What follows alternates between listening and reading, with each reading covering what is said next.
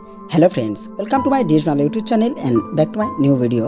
तो बंधुरा आजके देखाबो किभाबे सिविक भलेंटियार्सদের উর্তি পরিবর্তন হবে, অর্থাৎ যে পোশাকটি পরে থাকতেন সেই পোশাকটি সত্যি কি পরিবর্তন হবে কি হবে না সে সমস্ত বিষয় নিয়ে আলোচনা করব এই ভিডিওতে। তাই ভিডিওটিকে স্কিপ করবেন না, সম্পূর্ণ ভিডিওটি দেখবেন। আর চ্যানেলে নতুন হলে চ্যানেলকে সাবস্ক্রাইব করে সঙ্গে থাকবেন, অল নোটিফিকেশনটা অন করে রাখুন পরবর্তী নতুন ভিডিও সবার আগে দেখার জন্য, এবং বন্ধুদের কাছে এই গুরুত্বপূর্ণ ভিডিওটি শেয়ার করুন, তাদের দেখার সুযোগ করে দিন।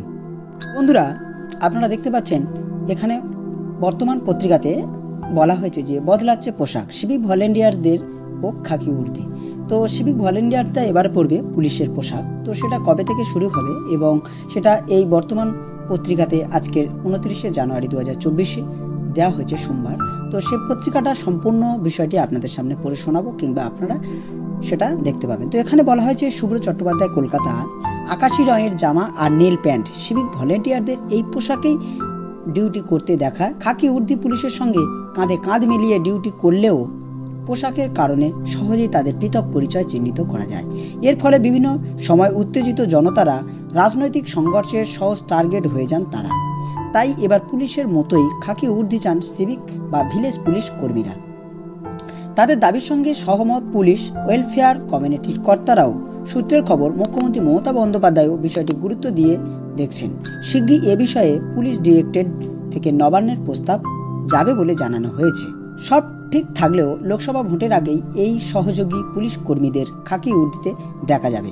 রাজ্য পুলিশের সিভিক, ভিলেজ পুলিশ ও কর্মবন্ধুদের মোট সংখ্যা 2 লক্ষেরও বেশি। মমতা বন্দ্যোপাধ্যায় ক্ষমতায় এসে বেকারদের কর্মসংস্থানের লক্ষ্যে এই পথ তৈরি করেন। ট্রাফিক নিয়ন্ত্রণ, আইন শৃঙ্খলা রক্ষা সহ থানার দৈনন্দিন কাজকর্মের আপাতত তারাই বড় ভরসা ছিল না। শুরুতে সিভিক ও ভিলেজ পুলিশের নির্দিষ্ট কোনো পোশাক ছিল না।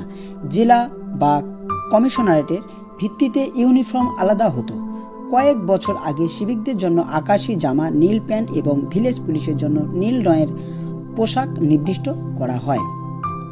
বর্তমান পোশাকের বিভিন্ন জায়গায় ডিউটি করতে গিয়ে তাদের কী ধরনের সমস্যায় পড়তে হয়েছে তা বিস্তারিত বিবরণ উঠে আসে পশ্চিমবঙ্গের পুলিশের ওয়েলফেয়ার কমিউনিটি বা ওয়েলফেয়ার কমিটির আয়োজিত সহযোগী পুলিশ কর্মীদের সম্মেলনে। ওয়েলফেয়ার কমিটির কনভেনার বিজিতাস্য রাহুত, কোঅর্ডিনেটর শান্তনু সিনহা বিশ্বাস সহ রাজ্য পুলিশের শীর্ষ কর্তারা সেখানে উপস্থিত ছিলেন। মুখ্যমন্ত্রী ভার্চুয়ালি যোগ দেন সম্মেলনে। সেখানে সিভিক ভলেন্টিয়াররা জানান, কোনো গোলমাল ঠেকানো বা আইন অমান্য কর্মসূচিতে উত্তেজিত জনতাকে ছত্রভঙ্গ করা ও সব ক্ষেত্রেই তাদের পুলিশের সঙ্গে মিশেই করতে হয়। কিন্তু খাকি উর্দি না থাকায় উত্তেজিত জনতার চোখে সহজেই চিহ্নিত হয়ে যান তারা। ফলে আক্রমণের শিকার হওয়ার আশঙ্কা যেমন বাড়ে, তেমনি নানা অভিযোগে মামলা মকদ্দমায় তাদের জড়িয়ে দেওয়া সহজ হয়। তাই পুলিশদের মতো খাকি উর্দির দাবি করেছেন তারা। এতে তাদের সামাজিক সম্মান বৃদ্ধি পাবে বলে মনে করা হচ্ছে। পাশাপাশি সহযোগী পুলিশ কর্মীরা বেতন বৃদ্ধির দাবি তুলছেন। সামান্য বেতনে সংসার চালানো বড় সমস্যা হয়ে উঠেছে বলে এই সম্মেলনে সোচ্চার হন সিভিক ভলেন্টিয়াররা। সেই দাবিও পুলিশের ওয়েলফেয়ার কমিটি বিবেচনা করছে বলে খবর। রাউত বলেন, সিভিকদের উর্দি বদলানোর দাবির সঙ্গে আমার সহমত, কারণ তারা সহজেই পুলিশের থেকে আলাদা বলে চিহ্নিত হয়ে পড়ছেন। বিভিন্ন ক্ষেত্রে অসুবিধা হচ্ছে। তাদের বেতন বৃদ্ধির জন্য কমিটি সংশ্লিষ্ট মহলে দরবার করবে বলে জানান ওই কর্তা। তবে ওয়াকিবহল মহল মনে করছে এই সিদ্ধান্তের পিছনে আরও গূঢ় কোনো কারণ আছে। আইনি নিষেধাজ্ঞাকে আড়াল করে সিভিক ভলেন্টিয়ারদের ভোট সহ অন্যান্য কাজে ব্যবহারের জন্যই পোশাক বদলের এই তোড়জোড় কিনা সেই প্রশ্ন উঠছে বিরোধী শিবির থেকে। তো বন্ধুরা, বিস্তারিত খবর আমি আপনাদের সামনে পড়লাম বা আপনারা দেখলেন। তো পরবর্তী যদি এই ধরনের কোনো রিলেটেড ভিডিও আসে আপনাদের অবশ্যই আমরা জানাবো। ততক্ষণ সঙ্গে থাকবেন।